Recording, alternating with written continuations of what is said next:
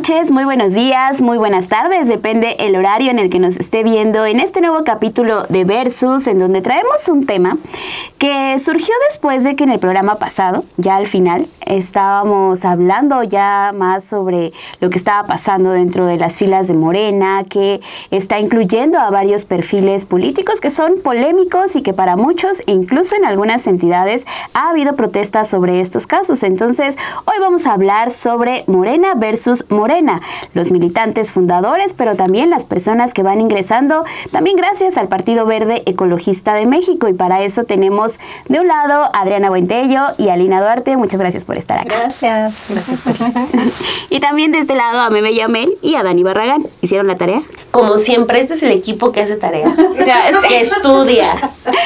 No quiero decir quién puso cara de tarea. ¿Qué es eso? Yo solo sonrío, digo que sí. Y Dani habla. Es correcto, lo que ella dijo por dos. Sí, exacto. Por dos. Dolia, teníamos un mensaje para ti, ¿no?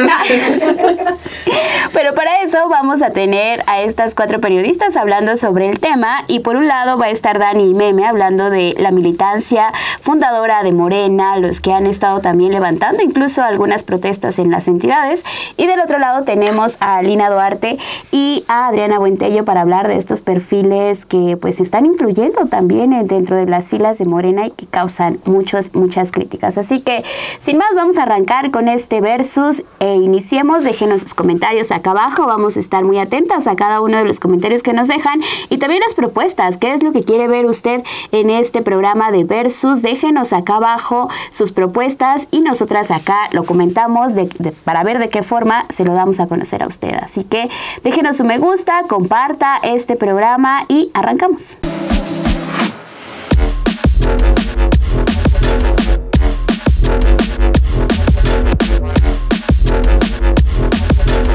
Arranquemos con este Versus, Morena versus Morena, y vamos a arrancar del lado izquierdo. Vamos a arrancar con Adriana Buentello, porque lo que vimos... ¿Tiene tiempo de hacer la tarea, Memeo? Ya la están haciendo, ¿verdad? Todo está aquí, hermanas y hermanos, todo está en mi cabeza. Todo aquí siempre, por siempre. Ya vi porque le estoy copiando. Pónganse de acuerdo mientras empezamos de este lado con Adriana Buentello. Porque vimos en estos últimos meses la incursión de varios perfiles políticos a este movimiento de Morena, gracias a estas alianzas que se han creado. Las alianzas también consideramos en muchas ocasiones que no son malas, ¿no? Son alianzas que se tienen que dar, que tienen que venir, pero cuando incluye este tipo de perfiles y viene la crítica, ¿qué pasa? ¿Cómo ves esta acción que ha habido por parte de la alianza de Morena, el Partido Verde Ecologista de México y el PT? Pues yo creo que el pragmatismo puede ser relativamente necesario hasta cierto punto. Evidentemente la política es la negociación, pero pues también está el tema de la ideología, de los valores de un partido, de un movimiento, y creo que en esta ocasión va más allá, que incluso en el 2018 me parece que el presidente López Obrador en esa época fue muy pragmático. Hay muchos perfiles que se colaron, desde un Germán Martínez hasta la superconocida Lili Telles, ¿no? Y que me parece que no solamente fueron errores, sino que impulsaron, ¿no?, un sector muy importante de la propia oposición. Y ahora, híjole, yo lo veo como multiplicado por muchos. En este caso, bueno, hay algunos perfiles que quisiera destacar, sobre todo cuando tiene que ver con la ultraderecha, cuando tiene que ver con valores completamente opuestos a lo que pues impulsa, digamos, una base importante de Morena, lo que tiene que ver con las izquierdas. Y hablo en lo general porque obviamente hay muchos tipos de izquierdas, pero evidentemente dentro de esas izquierdas, pues estos perfiles de ultraderecha, pues me parece que no encajan por ningún lado, y sobre todo que de pronto diluyen en algunas regiones, me parece también, el propio progresismo impulsado por el presidente López Obrador. Ahora, están utilizando perfiles, más allá de que pues no se impulsaron los perfiles de la base o del propio movimiento, perfiles que son conocidos en algunas regiones, ¿no? En el caso de Jalisco, a mí me llama mucho la atención que pues hay un Verástegui de Jalisco, que es Chema Martínez, un personaje que incluso está vinculado al Yunque, que va por precisamente la alcaldía de Guadalajara, y que pues ha sido un legislador, como senador, como diputado, antiabortista, enemigo de la diversidad sexual, ultracatólico que dejó el PAN hace algunos años, pero además en medio de muchas polémicas. Este personaje, por ejemplo, en Jalisco buscó impulsar una iniciativa para delimitar el concepto de familia, ¿no? Ir en contra de los matrimonios entre personas del mismo sexo y la adopción también, pero afortunadamente, aunque no lo logró, buscó impulsar junto con Jorge Luis Preciado, ustedes conocen a este panista también, que una comisión específicamente para impulsar en el Congreso pues estos temas, pero una comisión que era especial, que no tenía, digamos, una trascendencia, la buscó colocar como una, comisión que fuera específicamente pues cotidiana, ¿no? No me acuerdo cómo es el nombre, digamos, de este tipo de comisiones, pero pues es un tema que se buscó impulsar de una manera sin un protocolo legislativo. Este personaje además está envuelto en muchos escándalos, no solamente las ligas que tiene con organizaciones de ultraderecha, sino con temas que tienen que ver con recursos. En alguna ocasión, uno de los operadores de Emilio González Márquez, Herbert Taylor, lo acusó de llegar a cobrar hasta 5 millones de pesos, por ejemplo, a este personaje, a cambio de nombramientos en el Poder Judicial del Estado, ¿no? Habla particularmente en concreto de este personaje, ¿no? Chema Martínez. Y también pues es conocido este personaje por haber recibido este beneficio de una de las pensiones doradas en Jalisco.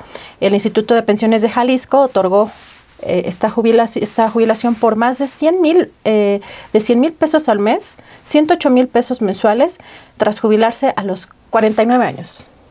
Y esto lo recibió también, fue avalada esta pensión dorada, como se le conoce, por pues uno de sus amigos, que es Iván Eduardo Argüelles Sánchez, ¿no? Director de este Instituto de Pensiones del Estado de Jalisco. Y bueno, ese es uno de los personajes, digamos, que está abanderando Morena, ¿no? Que tuvo una gran militancia panista, un personaje ultraconservador, pero tenemos otros personajes. Hay que recordar también, por ejemplo, a Clara Luz Flores, quien buscó ser gobernadora de Nuevo León, fue candidata y que lamentablemente, pues tras también los errores que tuvo en términos también de su propia campaña, ¿no? Ella niega haber formado o haber conocido a Kay Renier, ¿no? De esta secta Nexium, ¿no? Con un personaje que está actualmente condenado, ¿no? A 120 años de prisión por delitos de pornografía infantil o esclavitud sexual en Estados Unidos, y que niega conocerlo, pero pues le sacan estos videos donde pues ahí está en una entrevista de más de 1 hora con este personaje que es la cabeza de esta organización o de esta secta. Y pues difícil pensar que no supiera también pues muchas de las acciones que llevaba a cabo esta secta cuando llegara a ese nivel de tener una entrevista de esa magnitud con un personaje como ese. No es cualquier cosa, ¿no? Y también la red de mexicanos que estuvieron involucrados desde la hija del Reforma, el propio hijo también de Carlos Salinas de Gortari, pero pues está Clara Luz Flores, ahora es candidata también a diputada federal por el distrito 3, y me parece que esto es uno de los, digamos, de los tantos ejemplos que hay. Vemos aquí en la Ciudad de México, por ejemplo, a alguien como Catalina Monreal, ¿no? Y llama mucho la atención porque tampoco es que tenga una gran trayectoria, pero ella estuvo incluso impulsada, estuvo como candidata a diputada plurinominal por el partido Fuerza por México. Y es decir, esto se repite aquí en la Ciudad de México, pues es también parte de los dominios de Monreal, por eso también vemos cómo operó en favor de Sandra Cuevas.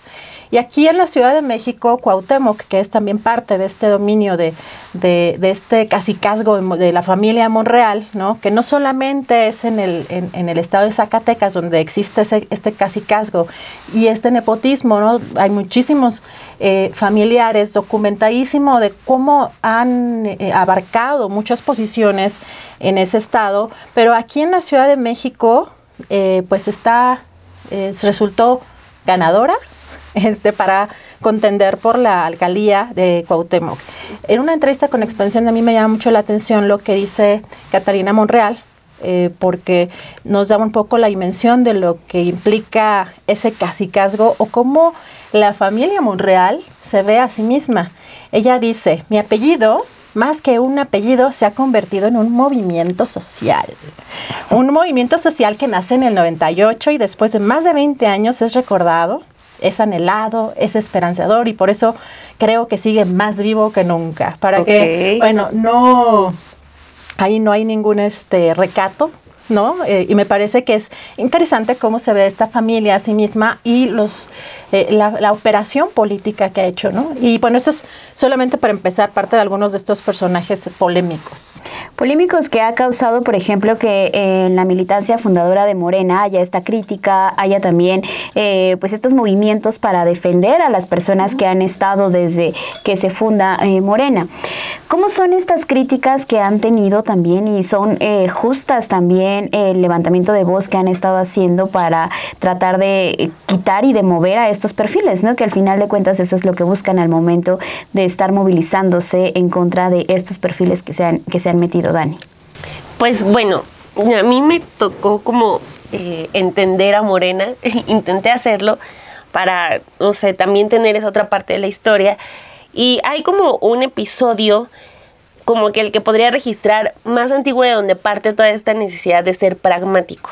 En 2006, cuando se da la elección presidencial y después de que se da el fraude, mucho se habló de la necesidad de tener gente que cuide las casillas, ¿no?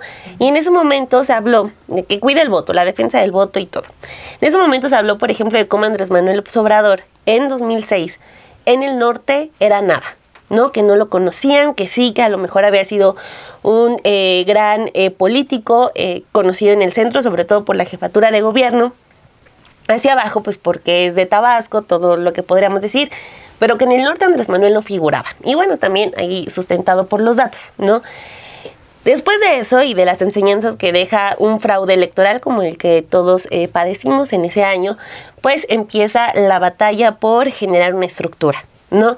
Entonces ya vimos a un Andrés Manuel que se dio en muchas ocasiones, incluso en su libro, Gracias, él lo explica muy bien, ¿no? De cómo incluso aprendió a callarse, cómo una palabra que él decía en cualquier momento se iba a convertir en una campaña en Televisa y en TV Azteca que iba a durar 2 semanas, ¿no? Entonces vemos como ese cambio de López Obrador de decir, bueno, yo era eso en 2005, en 2006, un político, pues digamos, sí más radical, que va cambiando. E insisto, con mucho influyó toda esa parte de las lecciones del fraude, ¿no? Y empezar a generar una estructura.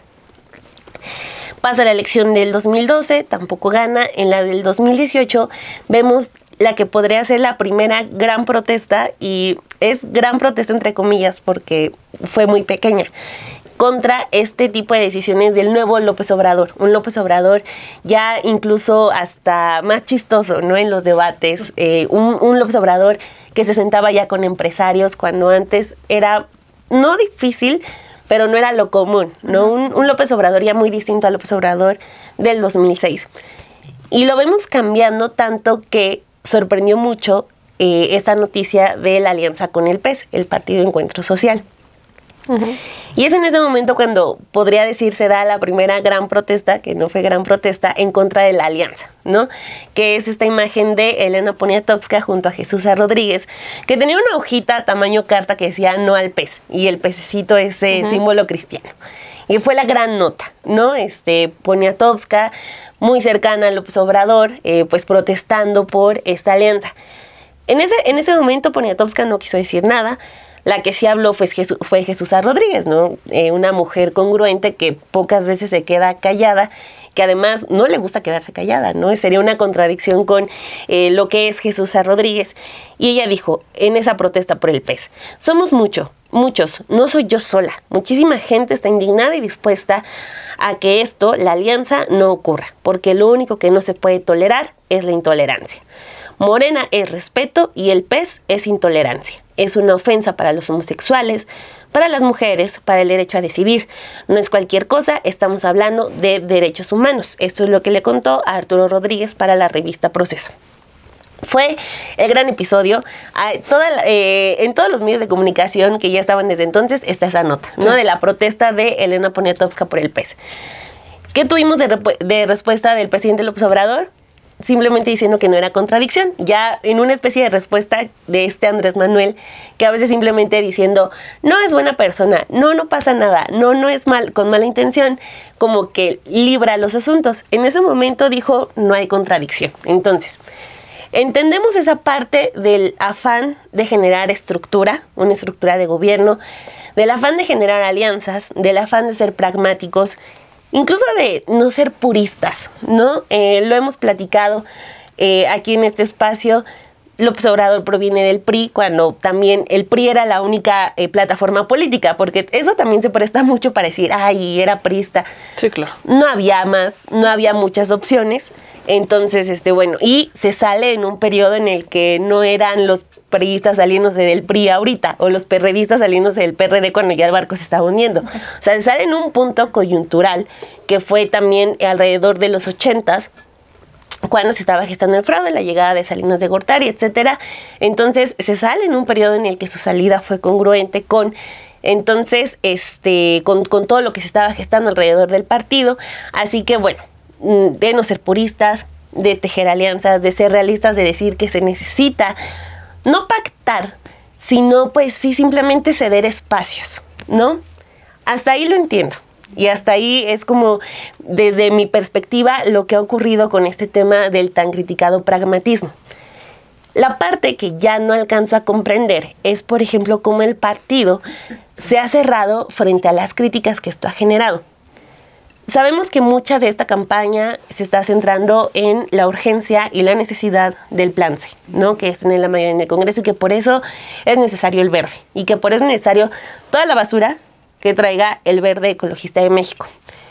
Pero creo que sí hay una cerrazón del partido para escuchar y atender, porque no solamente basta con recibir una crítica, la tienes que atender, porque si no, el hecho de estar centrando toda esta discusión en un hay que ganar y hay que tener el plan C, me parece que es otra manera de decir hay que ganar haya sido como haya sido, ¿no? O es otra forma de decir, como lo que dijo Xóchitl, de necesitamos a los priistas y necesitamos que hagan lo que saben hacer, ¿no? Entonces creo que en este punto entendemos todo este camino que ha tenido que pasar la izquierda para llegar a donde está y atender las necesidades que se requieren, pero creo que sí le ha faltado esta otra parte de atender las críticas que son más que lógicas y sobre todo más que necesarias.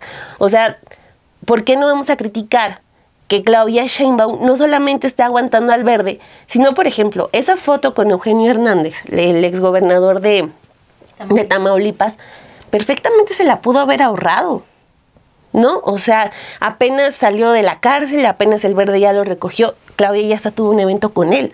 O sea, creo que no tienen ni en los estratos más bajos ni en los más altos una especie de filtro para decir, oye, espérame tantito. La alianza con el PES en Baja California se les cayó por presión social.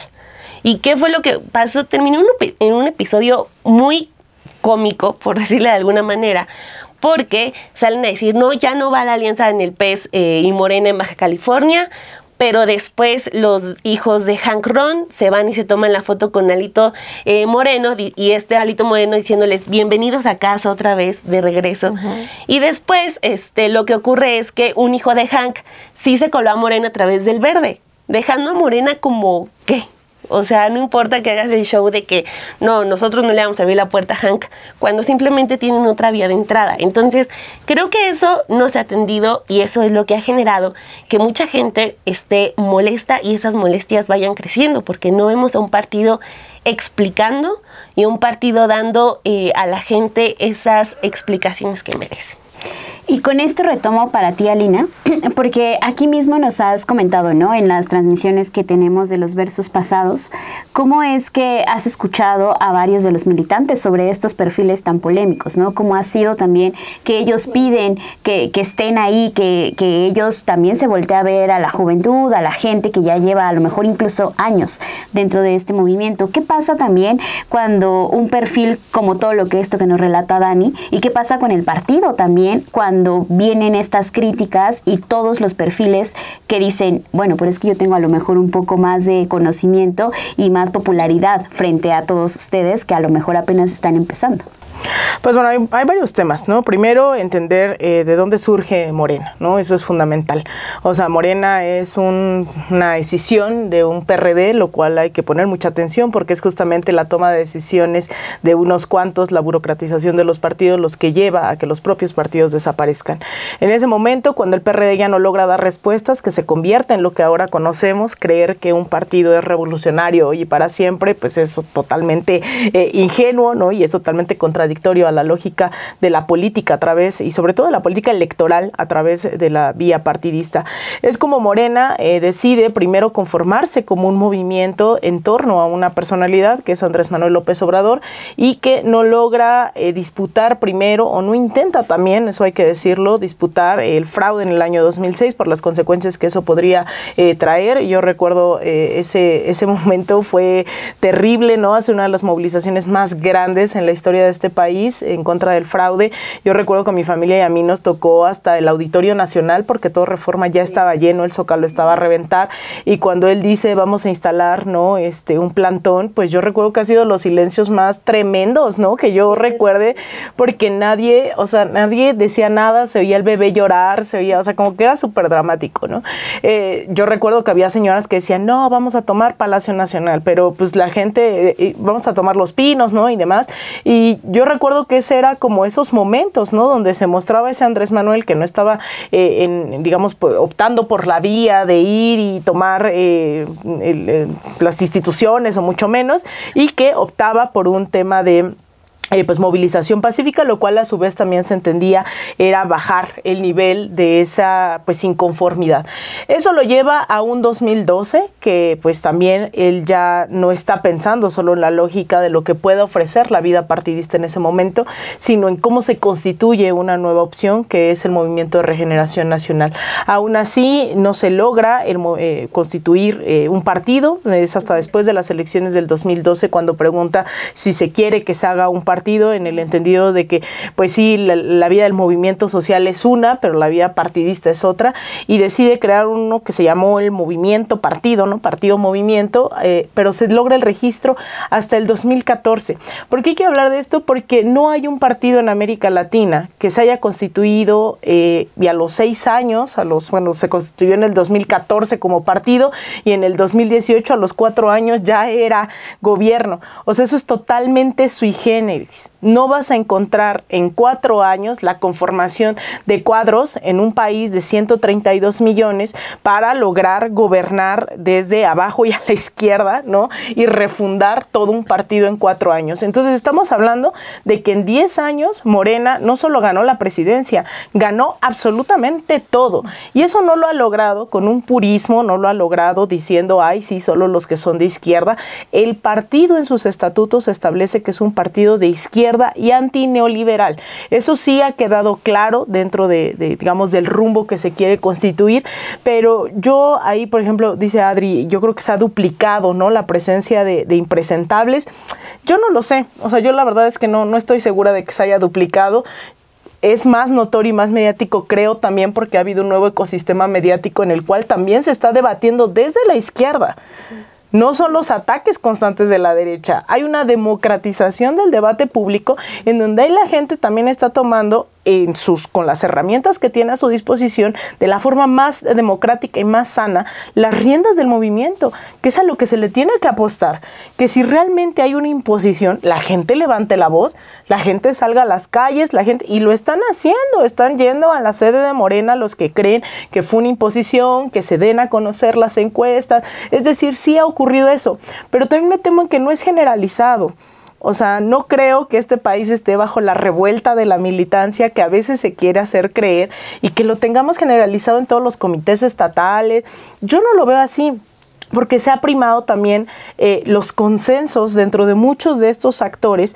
Y ojo, esto es un llamado, y yo he insistido mucho, también a entender los límites de una democracia electoral como la que se nos presenta y bajo la cual hemos jugado durante al menos el último siglo, ¿no? Que es, pues está la estructura partidista y entonces los partidos, mayor, menor, deciden cúpulas, decide la base, pero al final solo se puede avanzar en un proceso de transformación en cuanto la militancia tome en sus manos cualquier toma de decisiones, pues, que sea desde la asamblea más local, desde las regidurías, ¿no? Porque estas son las elecciones más grandes en la historia del país. Y hay una lista que, les decía yo, anda por ahí en Twitter rondando constantemente, que es la lista de algunos que tienen dudoso origen o dudosa participación en un movimiento que se asume de izquierda, ¿no? Entre los cuales pues están algunos de los perfiles que ya mencionaba Adri, que está pues también Erubiel Ávila, Murat, ¿no? Está Sergio Mayer, está Rommel Pacheco, están un montón, ¿no? Incluso, por ejemplo, por aquí está el hijo Miranda, del que era... Sí, claro, que era es el hijo del que era secretario de gobierno durante... Exacto, compadre de Peña Nieto en resumen, ¿no?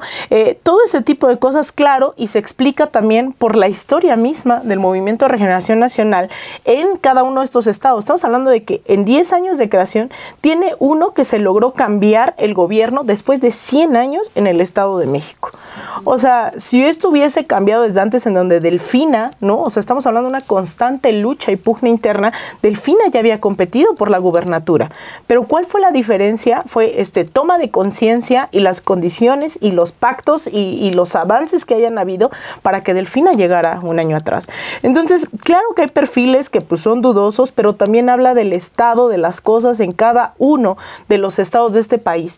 A mí que me toca, afortunadamente, con todo el privilegio que ello implica, hacer formación política en todo el país, puedo hacer la misma pregunta en diferentes estados y las respuestas siempre son distintas.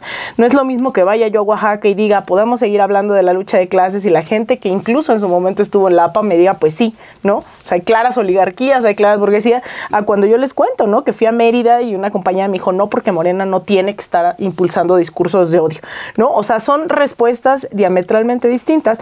Entonces, yo creo que lo más lógico es que esto fomente no solo el debate, sino la participación activa de la ciudadanía, porque no hay una sola garantía de ningún partido político a nivel global que garantice que siempre va a ser de izquierda, y menos cuando los referentes políticos que lo llevaron a su construcción, pues está por haber un relevo, ¿no? No estoy diciendo que Claudia no represente lo que ha impulsado Andrés Manuel, pero estos liderazgos evidentemente tienen otra fuerza, ¿no? Como lo ha tenido Hugo Chávez, como lo ha tenido Fidel Castro, es decir, hay momentos de transición.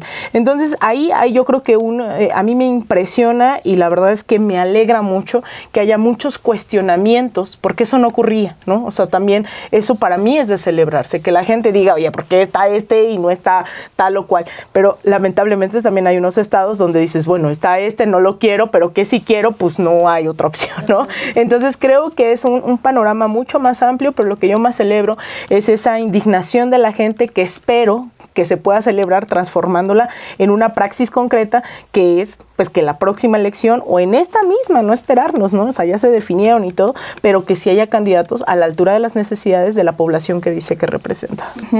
¿Y ante qué reto, Meme, está Morena con todo este panorama que ya hemos escuchado, ¿no? De tanto Dani, Alina como Adriana, en donde la militancia sí ha salido a protestar para decir no queremos estos perfiles, y mientras tanto también en Morena dicen, pero vamos con el plan C, vamos con esto? ¿Qué implicaciones también tiene para el partido y para la ciudadanía? La gente que a lo mejor no está tan metida con la militancia, y la gente que quería emitir un voto, pero de repente ve a un personaje como Erubiel Ávila, o va a ver a otro personaje como Rommel Pacheco, que sabemos que en su momento pudo haber votado a favor de, y votó en contra, ¿no?, de alguna ley que hubiera promovido Morena en su momento. Entonces, ¿qué implicaciones tienen todos estos cambios para el partido? Alina acaba de dar como un contexto de lo que es Morena, porque Morena es un movimiento que a veces pareciera que no logramos todavía entender. pese a lo que representa y a los espacios que ha conquistado y al propio presidente López Obrador, que es el líder moral, vamos a llamarle, de este partido. Es el fundador, pero es el líder moral. Es en torno a su figura la que se construye todo esto. Y creo que es muy importante justo hablar de los retos porque él ya se va, ¿no? Entonces, digamos que Andrés Manuel ha servido tanto para impulsar como un muro de contención. Ha tenido estas dos funciones. Pese a ya no estar como tal en el partido, sí ha servido para hacer contenciones y también para hacer como empujones bajo los perfiles y bajo las circunstancias que él estratégicamente considera, porque no podemos decir que las menciones que hace el presidente son se le salió o fue un accidente, sino que está pensado estratégicamente a cómo el presidente está buscando defender de alguna manera lo que el trabajo le costó a un grupo de personas, no solamente a él, pero a un grupo de personas que se construyera, que es Morena como partido político. Pero Morena no fue diseñado como tal como partido político, fue diseñado como un movimiento social. Y pasar de movimiento a partido no es sencillo. Quiero que hagamos una comparativa, por ejemplo, con el PRI o con el PAN. Son partidos, el PRI, que tiene 90 y tantos años, ya le está llegando a los 100, si es que llega, y tienes a un PAN que ahí le está pisando los talones, con unos, ¿qué serán? 80 años, si no mal recuerdo. No sé. Más o menos 80 vamos a años. preguntarle a Vamos a Google. preguntarle. Fue de 1939. Del 39 a la fecha. O sea, esa es la edad que tiene el Partido Acción Nacional.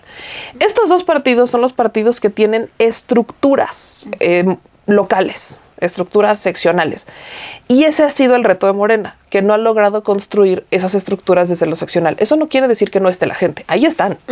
O sea, la gente está. El problema es que no se les ha organizado.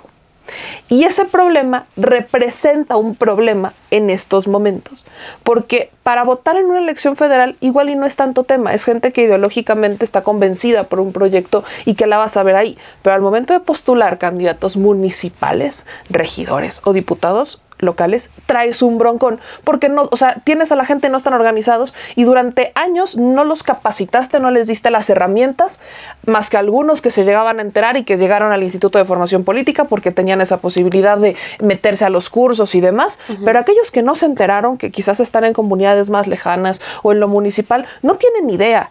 ¿Eso quiere decir que no son fundadores? No, claro que lo son, porque estuvieron, participaron y se movieron, pero no tenían, no fueron encausados, pues. Y que también los gobiernos municipales y eso, la chamba, la verdad es que... Exacto. ¿Dónde estuvieron, no? O sea, también es una cosa el Es gobierno justo a lo que federal y la otra es que estuvieron ahí cobrando y muchos gobiernos también, pues la diferencia... O sea, que les inciten a participar porque están haciendo un gran gobierno local, pues la verdad es que ahí hay uno de esos grandes retos. Exacto, es justo a lo que voy. Entonces, los fundadores ahí están, existen, y aquí entran quizás dos tipos de retos que tiene Morena. Uno, construir lo que no construyeron en lo municipal y en lo seccional, que es algo lo que el PRI tiene maestría y doctorado. O sea, el PRI tiene maestría y doctorado en la creación de estructuras. Pero ¿cuál es la maestría? Movilizar un fraude. Exactamente, pero aquí entra también esta, que es la máxima. ¿Cuál es la maestría y el doctorado del PRI o del PAN en la construcción electoral? Basándose en los líderes y usando los programas sociales. Por eso me da mucha risa cuando hablan de los programas sociales y dicen es que son electorales. Y yo, hermanos, o sea, toda la vida los programas sociales han sido electorales, nada más que funcionan distinto. En este momento el programa social resulta electoral porque la gente no quiere terminar de recibir esos beneficios, porque la gente los está recibiendo, los está teniendo, porque tendría que votar por algo distinto que no tiene claro qué les propone. Esa es la función electoral de los programas sociales. La gente les están resolviendo problemas. La función electoral de los programas sociales del pasado, si lo quieren llamar así, es que llegaban a un líder. Ese líder decidía a qué personas se les iban a entregar. Esas personas ya iban con es que nos apoyó tal político.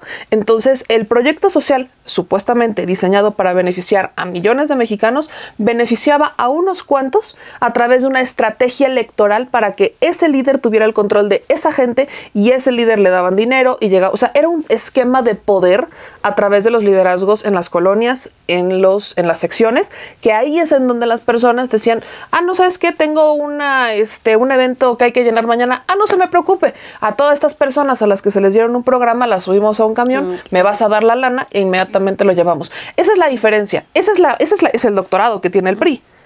En Morena no necesitas llegar a decirle al líder, oye, pues cuánto te voy a dar, ni mucho menos. La gente está recibiendo, les ha faltado organizarse. Entonces, el tema de Morena es organizarse en lo local, y además viene el otro reto, que los liderazgos y los fundadores no crean que solamente por ser fundadores ya van a tener un espacio.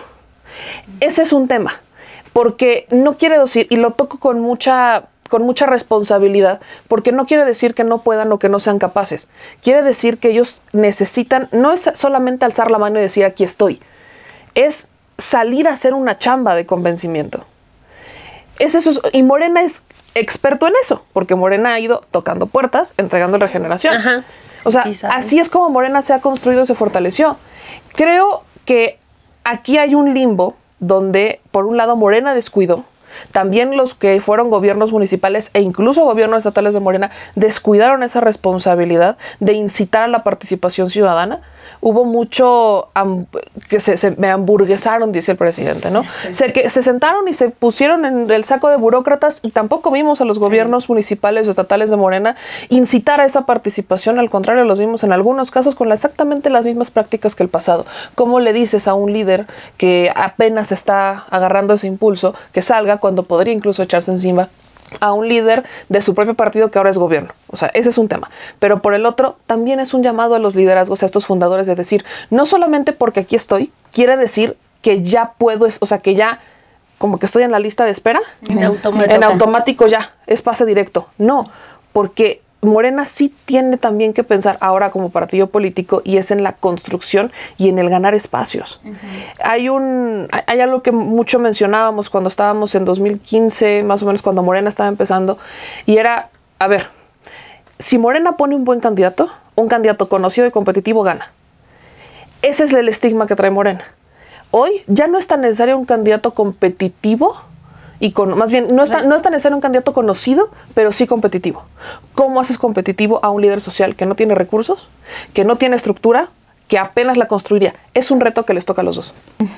Y en esta construcción hablamos también de las causas y la manera en cómo la izquierda se ha ido formando aquí en el país, ¿no? Y ha ido agarrando fuerza. Con estos retos que plantea Meme y lo que se viene para adelante con Morena, Adri, ¿qué pasa también en un plan C?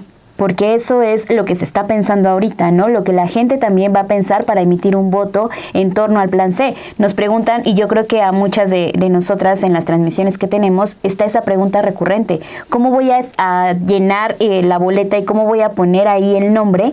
Y voy a tachar el nombre de una persona que para mí es impresentable porque así me lo han dejado, ¿no? Entonces, ¿cuál es también la tarea del otro lado para los políticos que se están sumando a Morena y a esta alianza para tratar de decir, pues es que estamos en este momento con la causa y no tanto hablando de ideologías? Pues yo creo que va a haber un momento en el que, me parece que este plan se va a empezar, a lo mejor de manera importante, fuerte, a lo mejor en los primeros meses. Yo creo que va a haber un costo político y social de estos personajes. Y yo aquí difiero mucho de lo que comentaba Lina, porque a mí me parece que sí, la dinámica mediática e incluso las redes sociales puede haber cambiado, pero sí me parece que el tema de los impresentables ha sido mucho mayor y además los personajes mucho más monstruosos desde mi punto de vista. Y yo creo que esta factura sí se la van a pasar al partido, al movimiento, que yo veo que empieza también un poco a diluirse, y entiendo la complejidad de un movimiento que fue creado, como Alina ya lo comentaba, coincido en esa visión. Sin embargo, sí, yo soy quizá mucho más negativa, porque yo veo quizá este cambio, esta cuarta transformación, que quizá vaya a ser en abonos chiquitos. Me parece que sí, las presiones de las que hemos hablado a lo largo de estos programas, un gobierno o los gobiernos progresistas en medio de sistemas neoliberales evidentemente llegan muy acotados o llegan con muchas presiones de por medio. Creo que eso es muy comprensible, en una dimensión además en la que está presionando la ultraderecha, y no una, son muchas derechas y muchos personajes, intereses y redes internacionales. Entonces sí, el contexto es importante, pero también el cómo se le da paso a qué tipo de personajes. Ahora, esta parte que me llama mucho la atención, hay el grupo Atlacomulco y cómo empieza también, a mí me parece que a reagruparse en torno a Morena. Esa es la parte que a mí me preocupa. Vía el Verde, personal aliados, finalmente es parte de esta alianza, la Cuarta Transformación. Yo veo que no hay realmente cabida para las protestas dentro de Morena. Es más, sí hay personas y sí hay grupos que se están manifestando, pero a mí me parece que más bien quienes protestan se han quedado relegados o han quedado exiliados dentro del propio partido. No digo que con esto no haya ninguna manifestación, pero me parece que por eso no son generalizadas tampoco, porque sí se ha dejado abandonada una parte importante de la militancia. Bueno, por lo menos es la parte, digamos, que yo percibo. Evidentemente Alina tiene otra visión, porque ella también está al interior o busca también tener ese acercamiento y este feeling que evidentemente son muy distintos, pero a mí me parece que sí hay perfiles que han sido pues incluso relegados o exiliados, y yo veo, por ejemplo, que en el caso de este pragmatismo hay una dinámica que es una especie de enseñanza hacia las nuevas generaciones de replicar estos modelos pragmáticos, y que pues sí, es escandaloso lo que mencionábamos. Ya veíamos a una Claudia Sheinbaum con Eugenio Hernández, y que como qué necesidad, y también a una Clara Brugada con una Ana Villagrán. Es decir, hay también una necesidad de estos personajes, pero además el tipo y el nivel de influencia que tienen también para poder lograr estas imágenes, estas fotografías que buscan también limpiarles la imagen, que buscan exculparlos de alguna manera de sus antecedentes, de su historia. Y sí, aunque es complejo, entiendo el movimiento, no puede ser puro. Hay excesos que me parece que son sumamente claros. Yo veo, por ejemplo, en el caso uno de los Hank, ¿no? Que están ahí muy vinculados, sobre todo en Baja California, y que además tiene, pues obviamente, sus raíces también con el profesor en el Estado de México y el grupo Atlacomulco. Me parece que, aunque, digamos, una de las alianzas tronó en lo inmediato, hay vía el Verde, otra, ¿no? Con otro de los hijos, y que lo mencionabas hace 2 meses, ¿no? Creo que Alito Moreno le daba la bienvenida, regreso a casa y no sé qué tanto. Al hijo de Hank Ron. Ajá, al hijo de Hank Ron, a Juan Carlos Hank Kraus, ¿no? Y bueno, el personaje, digamos, que a mí me parece más escabroso entre todo lo que hemos visto es alguien como Erubiel Ávila. Yo quiero recordar uno de los episodios también, sobre todo ahora que se alió, que ya se sumó al Partido Verde, que me parece sumamente escandaloso cómo lo ha hecho y cómo se ha decantado por Claudia Sheinbaum, cómo ha hablado maravillas. Este personaje ha sido acusado no solamente de actos de corrupción, sino tiene señalamientos con testimonios muy claros, hechos en una investigación por el periodista Humberto Pachet, en uno de los libros que publicó en el 2017, creo 2018, Jorge Cepeda Patterson, como una coordinación con varios autores, pero tiene señalamientos de pederastia, junto con estos personajes religiosos. Onésimo Cepeda fue uno de los funcionarios o exfuncionarios de Erubiel Ávila, quien, digamos, de nombre y apellido da el testimonio, porque tiene otras fuentes que fueron anónimas, pero hace toda una investigación sobre lo que implicaba estas redes, ¿no? Estas fiestas donde mencionan que se hacían orgías, pero donde involucraban a menores de edad, y que le valió además a Humberto Pachet una persecución por parte de Erubiel Ávila. Fue denunciado en primera instancia. Erubiel ganó esa demanda en la que se buscaba que Humberto Pachet pagara 10 millones de pesos. Afortunadamente eso no sucedió. Ganó finalmente Humberto Pachet, pero ahora se dice defensor de la libertad de expresión y no sé cuántas cosas este personaje. El testimonio del personaje, digamos, que revela todo este tema es Esteban Sánchez Villanueva, y fue asesor en la alcaldía de Ecatepec cuando Erubiel era titular de ese municipio. Así que pues uno de los padrinos políticos precisamente de Erubiel Ávila es este personaje, Onésimo Cepeda, y me parece que todo esto revela una parte solamente de cómo este grupo Atlacomulco no es que realmente haya quizá perdido en el Estado de México.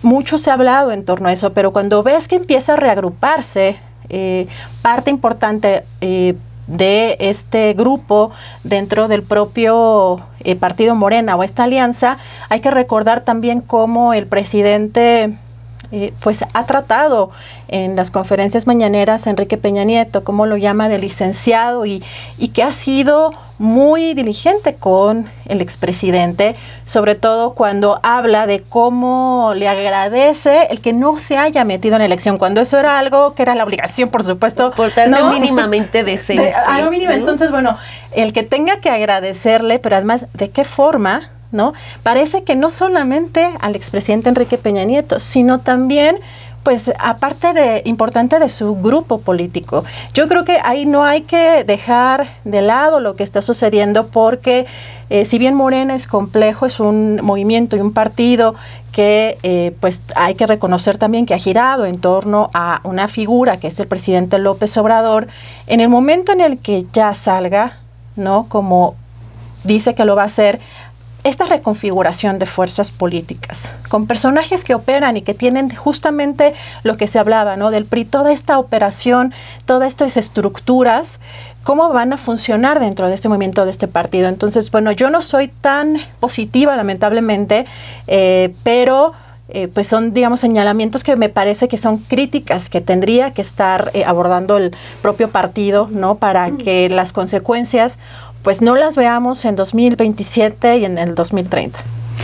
Y reitero, Alina, por ejemplo, ahorita lo que explicaba y nos daba más detalles de estos perfiles, ¿no?, que son tan polémicos y que, por ejemplo, también nos hace pensar en personas como Adrián Rubalcaba, que quizás conocemos su trayectoria, sabemos lo que ha pasado con él en torno también a la libertad de expresión de periodistas, o sea, muchos temas que son muy, muy criticables. ¿Cómo hacerle entender a la gente que hay que tomar también a esos perfiles y entender que a lo mejor están cambiando su visión, pero si tenemos todo un contexto en el cual estamos viendo, por ejemplo, a un Adrián Rubalcaba, a un Erubiel Ávila, que dijeron, no estamos buscando ningún cargo, pero a la primera que les ofrecen un cambio, que sí se ve que hubo una negociación, pues dejan al descubierto esta parte de las negociaciones y se legitiman más estas protestas por parte de los militantes fundadores de Morena. Es que creo que el problema, incluso para la percepción de la militancia, no tiene que ver con que se sumen, sino que se suman y se les abra la puerta a puestos de toma de decisión, ¿no? O sea, porque creo que se entiende perfectamente que si la misma gente que hubiese creído en Andrés Manuel en el año 2006 fuera la única que siga creyendo en él, jamás habría ocurrido en 2018, ¿no? Más bien es cómo nos organizamos, ¿no? Y lo digo también eso, o sea, este es, digamos, insistir en que son las lógicas partidistas electorales bajo las cuales se construye lo que conocemos de la vida política en al menos el último siglo, ¿no? Esto que estamos viendo no es nuevo, las alianzas no son nuevas, la constitución de los partidos no son nuevas, es decir, no, en eso no hay novedad. La novedad de lo que tendría que estar ocurriendo es cómo, por ejemplo, yo lo decía la sesión pasada, ¿no?, esto de Ana Villagrán, es una chica que pues desde el espacio que tuvo, sea un micrófono, sea la tribuna, sea el espacio que fuese, ella estaba dispuesta a destruir todo lo que implicara Morena. Claro. ¿No? Es un antiderecho. O sea, es sumamente antiderechos, ¿no? Que ahora se haya limitado y que ahora hable de la cuarta transformación. Bueno, es que yo entiendo, no es ilógico creer que nacemos feministas, que nacemos socialistas, eso lo entiendo. Lo que no se entiende por parte de estos grupos de la militancia es por qué tendrían que estar ocupando el mismo podio que Clara Brugada, que representa exactamente todo lo contrario a Ana Villagrán. Y eso no implica, y eso también es la parte donde sí más bien es la lógica de la madurez política que creo que desde ciertos sectores se está pidiendo, ¿no? Que una cosa es Clara Brugada y la otra es Ana Villagrán, ¿no? O sea, que van ahorita ahí, que Ana Villagrán se la pasa tuiteando todos los días para ver qué le toca y haciendo méritos, ¿no? O sea, eso es lo que está haciendo Ana Villagrán, tratando de hacer méritos, pero a diferencia de operadores políticos como Rubalcaba, como Erubiel, eso pues Ana Villagrán no es que tenga una estructura, ¿no?, sobre la cual digan, pues con eso está presionando y se está determinando el voto en cierto sector. Pues no lo creo, sí, a bola de tweets y fotos, ¿no? O sea, yo no lo creo. Yo sí creo en que hay que transformar y eso me dedico. O sea, yo me dedico todos los días a tratar de dar la disputa ideológica y de decirle a la gente no es suficiente salir a votar. Ese es mi trabajo. O sea, yo me dedico a decirles, votar es totalmente insuficiente. Es cómo nos organizamos para dar esa batalla mediática, ideológica y hacer de cada una de las trincheras que tenemos a nuestro alrededor una trinchera, nuevamente insistir, por la justicia social. Y que hay momentos en la vida de este país donde esas demandas por la justicia social van en coincidencia con los partidos políticos. Pero eso no significa que siempre va a ser así, ¿no? Es decir, hubo demandas de la Revolución Mexicana que obviamente fueron acompañadas por un sector de lo que era en ese momento, después de la Revolución Mexicana y lo que se constituyó como el PRI, y que pues sí, será el PRI, lo que sea, pero era Lázaro Cárdenas. Y no es que la gente fuera priista y estuviera mal, es que el gobierno y el partido representaban esas ideas que emanaban de la Revolución Mexicana. Entonces es lo mismo ahora, hay una gran lucha en contra de lo que implica el neoliberalismo, que yo creo que también es insuficiente. No basta con decir, ay no, es que ya nos apropien de tantas cosas, ¿no? Ya no, vamos a privatizar solo poquito. O sea, lo que se trata es justamente de acabar con esa lógica capitalista. O sea, yo sí creo que hay que dar un paso más allá, pero sí hay muchas cosas, ¿no? Y se nos está yendo mucho el tiempo, y a mí se me gustaría decir que así como creo que hay protestas que no solo son válidas, sino son necesarias, que se alce la voz y que se organice, ¿no? Recuerden, en Morena está prohibido tener tribus o corrientes a lo interno, pero también es verdad que a lo interno de los partidos sigue existiendo una lucha de clases, ¿no? Que es lo que representan también todos estos actores políticos. Pero también hay grandes perfiles, o sea, no todo es Murat, no todo es Erubiel. O sea, yo no me voy a cansar de decir lo maravilloso que es tener una candidata como Clara Brugada en esta ciudad, ¿no? O sea, a mí me parece que es generacionalmente la demanda feminista, la noción de los cuidados, o sea, alguien que viene además demostrando también, así como Rubalcaba mostrará quién es, Clara Brugada por la vía de los hechos ha demostrado también quién es, al grado de que la ONU reconoció las utopías el año pasado como uno de los proyectos de mayor impacto en la disminución de la desigualdad social a nivel global. También existen candidatas, ¿no? Como Nancy Núñez, que también va para una de las alcaldías. Tenemos a Gaby Osorio, que ambas, o las tres más bien, también son de esa base militante, no vienen con apellidos rimbombantes, vienen construyendo con las bases del obradorismo y van a competir por las alcaldías de esta ciudad. No se diga diputaciones locales, también está Ceci Vadillo, por ejemplo, en la diputación local de la Miguel Hidalgo, que me parece una mujer no solamente congruente, sino que ha acompañado, y además es maravilloso porque todas son mujeres de menos de 35 años, ¿no? O sea, también, bueno, salvo Clara Brugada, claro está, son mujeres muy jóvenes que están disputando también, no se diga las concejalías, las regidurías. Les contaba yo que una chica ahora en Instagram vi que estaba ahí haciendo campaña, lo cual me fascina porque en Puebla, acá con nuestra querida poblana, ¿no? Claro, siendo sí. Puebla, con tus queridos compañeros que a veces luego me hacen sacar canas los pero poblanos. También damos cosas buenas. Tienen cosas buenas. ¿Ves? Las semitas, por ejemplo. Y el mole, tremendo. Ahí platillo. Sí les doy la razón. Gracias. No, pero por ejemplo esta compañera Vanessa López, que es una compañera, no excede los 30 años, también va para una de las regidurías ahí en la capital poblana, que es una chica feminista que ha estado en las calles impulsando el activismo. Es decir, eso también a mí me llama mucho la atención, cómo es que esto ha permitido a un sector de jóvenes militantes y a muchas mujeres, no solamente jóvenes, sino también, pues ahí está el perfil de Rocío Nale, ¿no? Que también en esta lógica las científicas también siendo parte, ¿no? Y las ingenieras. Pero a ver, déjame hacerte una pregunta rápido sobre este caso de Puebla. Seria. Porque, por ejemplo, o sea, estos triunfos de estas chicas jóvenes, mujeres políticas haciendo cosas en la regiduría, ese nivel, ¿cómo van a romper una inercia de un Ignacio Mier o de un Mier Velasco, que son priistas, que ahorita están muy bien acomodados en Morena y gobiernan la entidad? Y que eso no ocurrió en el 2018, ¿no? O sea, es que son inercias muchas más grandes, que estos personajes ni siquiera existían en el 2018. O sea, estas diputaciones locales, o sea, por eso digo, las cosas están pasando y se está simbrando algo. El profundizarlas es el gran reto, porque esta lógica capitalista no inició en el 2018, no inició incluso con el PRI. O sea, estamos hablando de una forma de quehacer político que viene enquistada en la sociedad mexicana desde hace décadas. La ruptura del 2018 no fue la ruptura revolucionaria o sea, no se prometió una ruptura revolucionaria, más bien. Se prometió en comenzar a echar atrás un modelo que está enquistado no solamente económicamente, sino hasta ideológicamente. La parte de la meritocracia de, ay, échale ganas, y si vendes muchas gelatinas vas a ser presidenta. Esa meritocracia en la izquierda está bien, o sea, está bien naturalizada y normalizada. Es que si no trabajas 24 horas al día, entonces tú no tienes derecho absolutamente a nada, a vacaciones, a nada, ¿no? O sea, eso también hay que irlo rompiendo, pero los retos no son de Morena. Esos retos ya no son de Morena, hay que escalarlo. Por eso digo, una cosa y además... Pero ¿por qué no serían de Morena? O sea... No son solo de Morena. Okay, va. No son solo de Morena. O sea, es que es el punto. Lo que estamos haciendo mediáticamente hoy y por lo cual la gente está consumiendo Noticias con Meme Yamel, Sin embargo al aire, el canal de Adri, o sea, todo lo que estamos haciendo aquí en Lado B, en De Raíz, etcétera, etcétera, es justamente parte de esa disputa que se está dando. Y mucha de la gente que está viéndonos seguramente no es militante, no forma parte de esos 3 millones de militantes de Morena.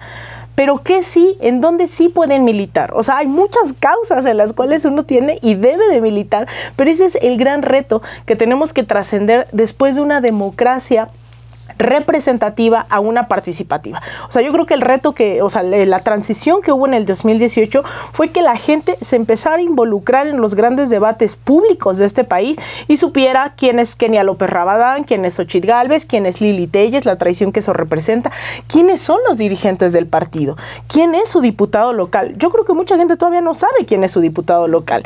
Reconoce a muchos ministros de la Suprema Corte, lo cual, disculpen, no ocurría en este país. Es un triunfo. No ocurría. Entonces, digamos, sí ha habido avances y la vida partidista también está muy limitada a la lógica electoral. Entonces, ya se transitó a eso. Ahora es cómo haces de ese partido la herramienta de la transformación también que tú deseas. Porque no es que sea, y así se ve, ¿no? Le dicen esa autonomización de los intereses, pues de lo que se vuelve también una burocracia, cómo es que ellos tienen que decidirlo todo, porque es su partido. Y no, lo que se tiene que entender es que ese Morena se crea por la lucha de millones de mexicanos y mexicanas, y es cómo nos apropiamos en esa medida de toda la toma de decisiones, ¿no? Y lo digo ahí también, por ejemplo, mi mamá o mi familia, ¿no? Cuando ve este tipo de situaciones, pues mi familia es la que me llevaba a las marchas en contra del desafuero, las que me llevó a las marchas del ZLN, ¿no? O sea, mi familia, y de repente dice, ¿pero por qué esos chapulines, no? Y digo, pues sí, pero ¿cuándo fuiste a una asamblea, no? O sea, una cosa es involucrarte y decir y alzar la voz, y sí, pero ya en los mecanismos que existen de participación para asumirte parte de los 300 consejeros nacionales que tiene Morena, que son los que toman también decisiones, que se convoca también a sesiones extraordinarias, o sea, son diversos pasos. Y que, insisto, Morena no va a ser el Morena que hoy conocemos hoy y para siempre. Morena puede pedir. ¿Con qué cara va a pedir a largo plazo también si la norma se hace que estos personajes sean la regla, ¿no? En vez de que sean las excepciones? Entonces también ahí, por eso es tan urgente la crítica de las bases, pero también la acción, no solo en el partido, sino en todas las trincheras posibles. Pero es que ese sería el gran reto también de Morena, ¿no? Sumándole a lo que decía Meme hace rato, si de por sí ya la política, y lo reconozco también y lo hemos dicho también nosotras en los espacios, ya la gente habla de muchos temas de política, cosa que anteriormente no se hablaba.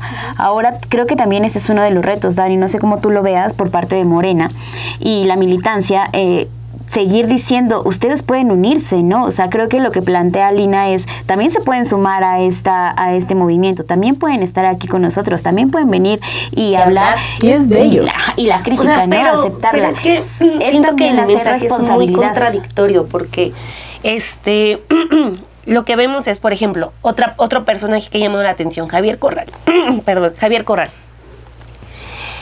Cuando sale, que está en el equipo de Claudia, Morena en Chihuahua publican un comunicado donde dice: la inclusión de un personaje como Javier Corral es un gran agravio para todos los que hemos colaborado con la construcción no solo del partido, sino del proyecto alternativo de nación, del cual Javier Corral fue un destacado perseguidor. Los agravios que recibimos como militancia chihuahuense por parte del gris exgobernador son imperdibles, sin contar con su tristemente célebre mandato que pasará a la historia como uno de los más sangrientos, en donde la corrupción y la impunidad fueron el sello de la casa. O sea, entiendo esa parte de que no por ser fundador en automático mereces alfombra roja, ¿no? O sea, cancelado esa idea y estoy 100% de acuerdo, Cancelado. ¿no? O sea, en política hay que trabajar todo el tiempo sobre todo cuando quieres transformar. y ganarse esos espacios. No, pero creo que aquí lo que estamos viendo es que las inercias están por sobre cualquier queja de la militancia. O sea, entiendo ese llamado que tú nos haces, por ejemplo, constantemente, Alina, que es salgan a participar. Pero ¿qué pasa, por ejemplo, cuando está la queja, hubo protestas allá y Javier Corral ya presentó ayer junto a Claudia su modelo anticorrupción? O sea, bien porque protestaste, pero ya está aquí. Las protestas por Murat las hubo. Bien por lo que protestaste, pero sabes que ya era un acuerdo y Murat llega, y ojo, no llegan solitos, llegan con todo su equipo, ¿no? O sea, Murat obviamente va a llegar con quien quizás hasta la acompañó en el desfalco del Infonavit, ¿no? Corral también llega con los suyos, pues tonto no es, ¿no? Llega con los suyos, con sus incondicionales. Siento yo que el mensaje ha sido ese, o sea, sí te escuchamos y todo, pero ya están aquí. No, Jorge Carlos Ramírez Marín, ¿cómo vas a romper los cacicazgos en Yucatán si sumas al cacique de Yucatán? O sea, siento que es como un mensaje muy engañoso el que se está dando, y cierro con este otro ejemplo que es el de Rubiel. O sea, a mí lo que tú mencionabas, Alina, hace un momento, del tema de, sí, la gente del Estado de México rompió esa gran inercia para sacar a ese partido que lo tenía asumido en lo peor, el PRI en el Estado de México. Rompe las inercias, ahí sí, del uso clientelar de los programas sociales. O sea, todavía Alejandra del Moral en esta elección, hace un año, estuvo colocando espectaculares de yo sí voy a continuar con la tarjeta rosa. Eso ya se les olvidó, pero estaba ocurriendo eso hace un año. Y la gente, a pesar de eso, a pesar de necesitar esos programas, de tener, pues sí, mucho por qué necesitar ese dinero, sale a votar y dice, no, vamos a sacar ya al PRI, vamos a que gane por fin la maestra Delfina, porque el tema es no solo que la gente se movilizó para sacar ese partido, el tema no es solamente el castigar al gobernador que apoyó el fraude electoral para que Delfina Gómez no fuera la gobernadora cuando, desde mi perspectiva, cuando compite contra Alfredo del Mazo, Delfina ganó. Pero el actuar del gobernador, en ese entonces Erubiel Ávila, pues provocó que Alfredo del Mazo llegara con un poco margen, pero que llegara y punto. O sea, entonces, quien orquestó el fraude contra Delfina, quien sumió a los mexiquenses todavía en una podredumbre peor de la que ya estaba, de repente llega y dice, no voy a estar yo en Morena, pero sí está, por ejemplo, con un actor como Alfonso Ramírez Cuellar, ya movilizando a los evangélicos para ir a votar por Morena. O sea, creo que sí hay demasiada contradicción. Por eso hablaba yo del tema al inicio de la atención a las quejas. O sea, me parece que mientras se hace el llamado a que se activen las bases, por ejemplo, de personas tan valiosas como las que enlistabas, porque, pues, ¿cómo les vas a garantizar que en 6 años puedan ya acceder a un cargo mayor? Y que no se los gane el amigo de Armenta o el amigo en Puebla, ¿no? Que es el ejemplo que, o sea, son peñistas, esos dos primos poblanos, ¿no? O sea, ¿cómo les garantizas que sí va a haber ese espacio cuando el mensaje desde arriba es que esas personas sí llegan en automático a los cargos? Creo que el ejemplo más fuerte ahorita es Corral, ¿no? O sea, sí es una persona que era un panista muy peculiar, porque era un panista, no tan panista, tenía ahí como sus destellos progresistas, ¿no? Muy raro. Pero o sea, era una persona anti-Morena, anti-López Obrador, y de repente estar al nivel en el que está, sí se me hace muy sorprendente, un tanto inexplicable, porque se le está dando el factor de combatir la corrupción a un Corral que en su estado pues no lo quiere. Sí, nada más ahí agregaría rápidamente un minuto. Justo a eso me por alusión. No, o sea, es que eso voy. La militancia ya cumplió con lo que tenía que hacer. Por eso yo ponía el ejemplo del PRD. Si en las cúpulas, si los que toman las decisiones no escuchan esas bases que sí están organizadas, que a eso me refería, no está generalizada la organización en contra de lo que muchos mediáticamente han asumido como imposiciones, cuando en realidad también es que la ausencia de cuadros de izquierda masivos con respaldo pues también existe. Entonces, en los casos en donde sí hay organización, la militancia cumplió. Y esa militancia que está cumpliendo, que está participando, que está repartiendo el Regeneración, que está todos los días defendiendo haciendo su proceso en el metro con los influencers, que está defendiendo en redes sociales, que se avienta el tiro en la tortillería, o sea, esa militancia que está dándolo todo, ¿no? Porque pues lo dejaron ahí, ¿no? O sea, dejaron todo para lograr un 2018. A esa militancia no le vas a poder pedir en las próximas elecciones absolutamente nada, porque ellos ya cumplieron con su función de militancia. Entonces, también yo entiendo que tiene que haber eso, ¿no? Lo del plan C. El plan C no es votar por tal o cual persona. El plan C es constituir una mayoría que permita la aprobación de reformas que a mí me parecen sumamente importantes. El tema de la vivienda, el tema del Poder Judicial, la reforma electoral, o sea, son 20 iniciativas, la disminución de la jornada laboral, que claro que quiero que se apruebe, pero también entiendo cuando la población evalúa en una balanza y dice, pues mira, aquí están mis 20 reformas y aquí está este candidato. Eso es lo que van a ir a demostrar en la urna. O sea, y eso es lo que va a ser la valoración. De ahí a que vayan a permitir que esta sea la regla de aquí a 3 años, a 6 años o lo que sea, pues yo lo dudo, ¿no? Entonces digamos que pues sí, ese es el juego del político, ¿no?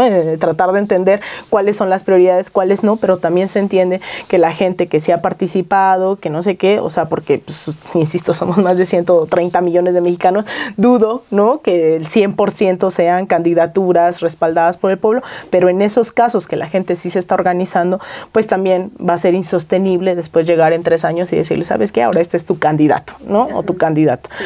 Entonces, te digo, la verdad es que podríamos ir con cada caso específico de las 20,000, los 20,000 cargos que están a disposición de estas elecciones. Meme, ya estamos casi al cierre de este programa, se nos pasó muy rápido y hay mucho que seguir platicando.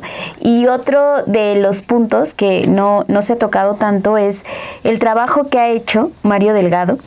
Justo eso iba. Adelante, porque también creo que algo que arrancaba Dani hace un momento cuando empezábamos con esta discusión era ¿por qué no han hecho frente a estas críticas, ¿no? ¿En dónde está, por ejemplo, un Mario Delgado atendiendo lo que la militancia le está diciendo? Volvemos a los dos lados de la moneda. Creo que, y aquí yo sí lo digo, creo que Mario Delgado está llevando un proceso muy desaseado a nivel municipal, un proceso político, que no lo fue tanto a nivel federal, porque creo que ahí creo que la contención fue sobre todo Andrés Manuel, pero en niveles locales sí veo un desaseo muy, muy grande en la consolidación de cargos. Por ejemplo, lo que le da herramientas a la militancia o a las bases de quejarse es, a ver, si era un mecanismo de encuestas, ¿por qué no estuvieron las encuestas? ¿Quién hizo la encuesta? ¿Dónde estuvo la encuesta? Al final fue una decisión. O sea, hubo muchas dudas porque no hubo claridad en el proceso. Por ejemplo, hubo algunos candidatos, una de las reglas que tenía Morena era, ¿no? Si te vas a registrar para una senaduría, entonces no te vas a registrar para otro proceso para darle chance a otras personas. Y mediante acuerdos políticos vimos que algunas personas que no estuvieron, que se registraron para una senaduría y no ganaron, terminaron ahora en candidaturas locales o en ayuntamientos. Aquí el punto es que eso está mal. No está mal. La bronca es que dijiste que lo ibas a hacer distinto y al final pues recaíste en esa práctica. ¿Es malo? No, es completamente legal, es una decisión del partido al final. Pero ¿por qué dices una cosa y haces otra? Y esa es una de las críticas que se le hace a Mario Delgado. Esos son procesos que hubo un desaseo en los procesos y va por la misma dinámica que a lo municipal no fortaleciste, no tienes un comité municipal, no tienes un filtro municipal y a veces ni siquiera los filtros estatales te sirven, porque los propios filtros estatales podrían tener otros intereses. El caso de Puebla creo que es uno de estos, donde el consejo en el estado de Puebla no eligió a los 2 que salieron por encuesta como los posibles candidatos, que fue Armenta y Claudia Rivero, Vivanco. El consejo no los eligió, no estaban en la lista del consejo. Ellos entraron por competitividad, entraron por esta regla que metió Morena de si son perfiles competitivos se van a encuestar y punto. Son los 2 que salen en la encuesta. Entonces, hay consejos estatales que tampoco te sirven como un filtro y municipalmente no tienes. Entonces, ¿para dónde volteas? Creo que ahí es donde Mario tampoco puedes abarcar tanto, pero tampoco te puedes dejar llevar, así como vete por la corriente, sin tener un aseo político, porque entonces ahora municipalmente estás haciendo operación cicatriz a cada rato. Es operación cicatriz todo el tiempo y es desgastante hacer una operación cicatriz en plena campaña. Se supone que la operación cicatriz la tendrías que haber hecho en la interna, ¿no? Cuando estás en la interna, termina la interna, entonces antes de que empiecen campañas haces una operación cicatriz y eso no ha pasado. Pero del otro lado tienes a Mario Delgado tampoco haciendo caso porque de alguna manera le dan la razón. Por ejemplo, senadoras morenistas que como no consiguieron un cargo, se fueron al PAN o al PRI. Por el caso, por ejemplo, de Emilio Serrano, fundador de Morena, que fue un escándalo en febrero, cuando Emilio Serrano se sale. ¿A quién salió a apoyar Emilio Serrano? A Federico Doring, Ay, no. del cártel inmobiliario. O sea, volteas y dices, a ver, se supone que se están quejando por un asunto ideológico de un proceso que no hubo. Y al primer lugar al que se van es al PAN o al PRI. ¿Y con Doring? Y con Doring. O sea, en la Ciudad de México, al PAN y al PRI del cártel inmobiliario, del cártel de la trata, ¿me explican cómo está eso? Ahí es donde Mario Delgado dice, ven, no era un asunto mío, sino que ellos a fuerza querían quedar. Es ahí donde Mario, o sea, le están dando el pretexto a Mario para lavarse las manos y decir, pues es que ahí están, ¿no? Me están dando la razón. Y volvemos a estas disputas. Mario, por supuesto que yo veo, al menos esta es la percepción que yo tengo y que quizás es la de muchos, que quiere ganar por ganar. O sea, es ganar por ganar. ¿Hay riesgos? Claro que hay riesgos. El caso, por ejemplo, de Tamaulipas, que es de los casos que más coraje nos da. Cuando le preguntas a algunos tamaulipecos, te dicen, la neta es que Eugenio sí tiene posibilidades de ganar. Es lo peor del caso. Le preguntas de Canturrosas, pues es que sí tienen posibilidades de ganar. Debáteles. O sea, te dicen sí tienen posibilidades de ganar. Entonces, ahí es donde Mario dice, ¿ves? Adelante. Porque ¿contra quién se van a pelear en Tamaulipas? Contra Cabeza de Vaca. Entonces, ¿quiénes hasta son el propio Rommel? Hasta el propio Rommel. Rommel creo que es el único que va medio abajo. Pero no es sí. que vaya súper bajo, ¿no? Rommel Pero, por está ejemplo, haciendo campaña. que Además, se va a ganar la gubernatura. O sea, ahí la es donde creo que gubernatura hay estrategias que a veces siento que, o sea, que es donde también hay que entender. Morena sabe que no puede ganar todo. Una parte de mí estratégicamente piensa que hay ciertos puestos donde saben que van a perder y lo único que quieren es que capitalicen la mayor cantidad de votos para la presidencia. No necesariamente que ganen el encargo que se les confiere. Y eso sobre todo está pasando en lo local. Ayuntamientos, diputaciones locales. En las gobernaturas creo que es otro proceso. En la federal, por supuesto, es otro proceso. Pero sobre todo en diputaciones locales y ayuntamientos sabemos que no vamos a ganar todo. Vamos a meter ciertos perfiles que puedan robar votos sabiendo que no vamos a ganar. Pero esa es una cosa estratégica y otra muy distinta es no tener un proceso aseado político, que es lo que estás esperando, y que das esta imagen de ganar por ganar. O sea, hay muchos retos que tiene Morena que tiene que aprender de esta elección, sobre todo porque es su primera elección donde sí Andrés Manuel está en la presidencia, pero es la elección que va a ser un parteaguas para el futuro de Morena, porque ya Andrés Manuel se las va a cumplir, ya se va. O sea, yo sí le creo cuando el presidente dice, yo ya me quiero ir, porque también ya lo veo cansado. O sea, sí ya veo un presidente que tiene mucha energía, pero que dice, ya me quiero ir a mi casa, quiero irme a mi rancho, quiero descansar. O sea, ya lo ves. El presidente creo que dio más de lo que, políticamente hablando, como perfil político, dio más de lo que se espera de cualquier político actualmente. Entonces, se va a ir. Morena tiene que aprender qué es lo que va a pasar cuando él se vaya. Y esto lo dejo como mensaje para cerrar, porque creo que es muy emblemático. Lo ha dicho el presidente y a veces Morena pareciera que lo olvida. Cuando habla de Morales Lechuga. Dice el presidente que Morales Lechuga está enojado con él, porque cuando estaban en el PRD y el presidente era entonces dirigente del PRD, Morales Lechuga quería ser candidato. Y el presidente le dijo que no, pese a que sabía que podía ganar. O sea, el presidente sabía que Morales Lechuga tenía posibilidades de ganar y le dijo no, se arriesgó a perder. Y lo que dice es, podrás perder una candidatura, pero no perder la dignidad. Eso es lo que hoy Morena tiene que decir, a ver, aquí está.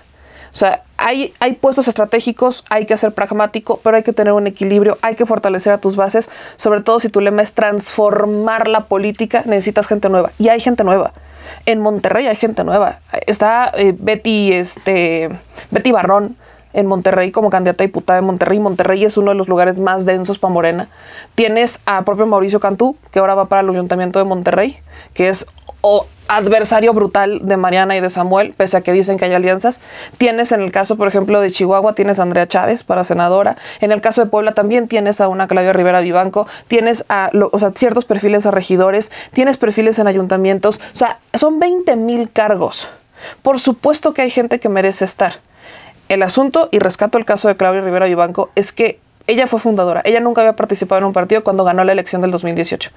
Y su curva de aprendizaje fue catastrófica. Porque tenía al gobernador encima y no tenía un buen asesoría. Ya aprendió y se curtió, pero eso le costó perder la elección del 2021 y ganarse una pésima imagen en la capital que no ha logrado superar. Entonces, ahí es donde entra él. No puedes a tus bases mandarlas solas al ruedo y decirles, váyanse, dense. Necesitas que el partido, a través de la formación política, a través de un impulso, les diga, aquí están las herramientas para que salgas a construir. Yo te capacito, yo te doy lo que te falta, pero puedes salir a construir y hace falta la voluntad también de los fundadores y de las bases de Morena y de aquellos jóvenes y nuevos perfiles de decir, le voy a entrar porque tengo una convicción, no nada más hambre de subirme a un cargo. Y ahí es en donde entra la transformación. Es parte del partido muy importante, pero también parte de aquellos nuevos perfiles que quieran entrarle.